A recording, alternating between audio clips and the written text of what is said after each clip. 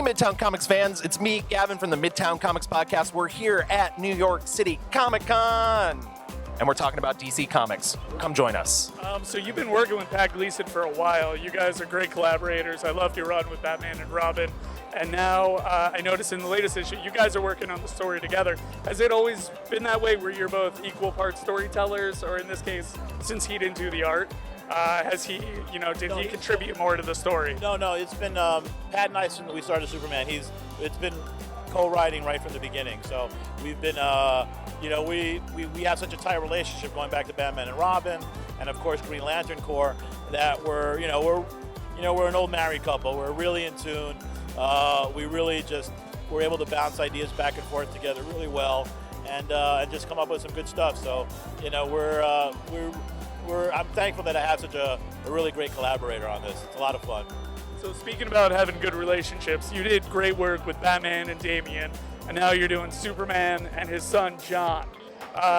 In your opinion, what makes Superman not necessarily a better father than Batman? I'm not going there. Don't want to get you in trouble. But what's so different about their parenting styles? What makes Superman a little more effective where Batman isn't, maybe? Well, I think there's an angle of nurturing. There's an angle of expectations. And being that just Bruce is such a different, distinct character, they're just the upbringing from Bruce and Clark are just so polarized that you can't help but be a sort of different, child rearing approach. So, and we have in issues 10 and 11 coming up with Robin and John and Superboy. You'll really see that come to the forefront. You'll get a chance to see the parenting skills of Bruce and Clark forefront right there. Okay. So Justice League versus Suicide Squad. How long have you been thinking about doing that? I mean, for a while. It's funny, when I was in the middle of still writing those first few issues of The Flash, it kept coming up. It was one of those things where they were like, oh, we're going to do this Justice League versus Suicide Squad thing. But there was no story yet. It was just, we know we want to do this. And I was like, oh man, I want to know what that is. And at the time, I hadn't even thought about writing it. I just wanted to know what it was. And I was excited about it because I like both those teams. And I'm like, that sounds cool. I want to know. And so every time we had an opportunity, I would ask. I'm like, hey, what's going on with that? What's happening with that? Matters be like, oh, we don't know for sure yet. We're talking, blah, blah. And then I came in for a meeting, and they're like, do you want to write it? And I was like, yes, I do want to write that. That would be a lot of fun. And so we started talking about it, and then originally this story was smaller, and then I started talking about what the story was going to mean for the DC Universe and for Rebirth and for a lot of these characters. It started just getting bigger and bigger. But it's been a blast working on it.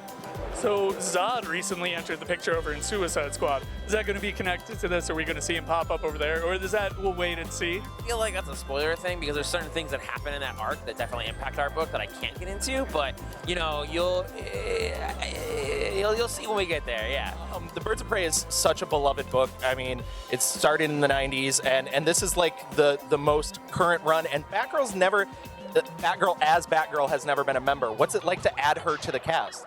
It's insane. Yeah. I mean, we were such fans of, should I take this? Oh yeah, go ahead. I'm like, gimme. We're such big fans of Chuck Dixon and Gail Simone's runs, and we love Oracle, but getting a chance to put Barbara Gordon back in the suit, back on the team, it's been insane. And of course, the story of being about who is Oracle has kept her really busy. So it like almost has made her become Oracle again to find out who this person is, which has been really fun. Yeah, it's definitely about Barbara finding her identity in this new position that she's finding herself in on the Birds of Prey.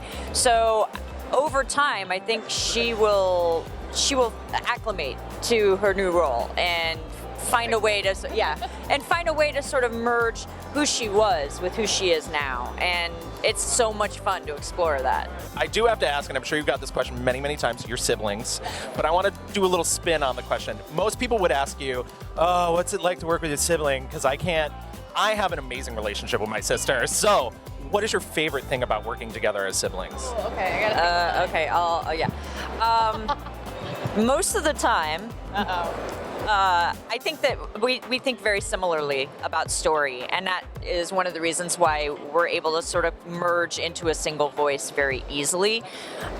Whereas I think other writing teams, it's a huge challenge to mold different voices and make them kind of stand alone and singular.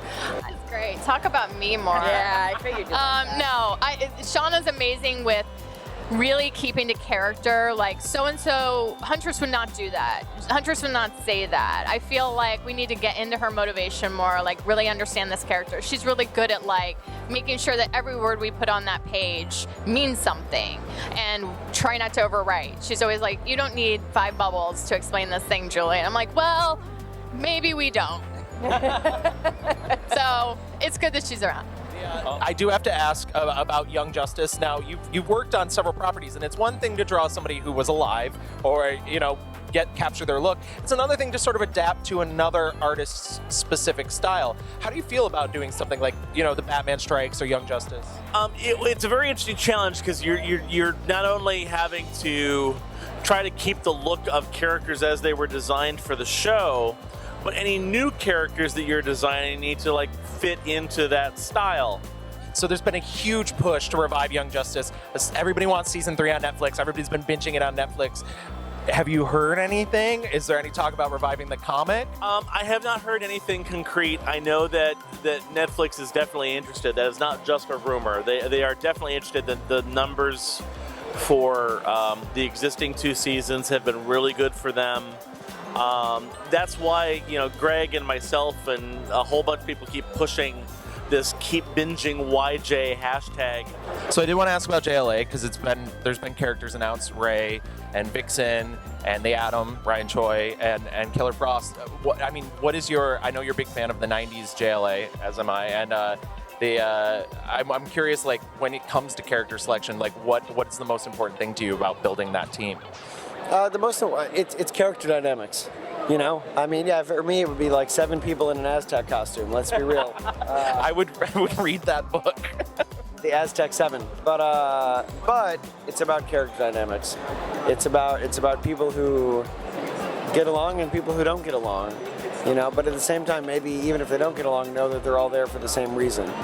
Thank you for joining us for Midtown Comics New York Comic Con experience. You can visit the store online at midtowncomics.com. You can watch all of our videos at Midtown Comics TV. And you can listen to our weekly podcast, which is through iTunes or Stitchers or wherever you get comic books. Thank you to all the DC talent that was able to sit down with us and enjoy New York Comic Con.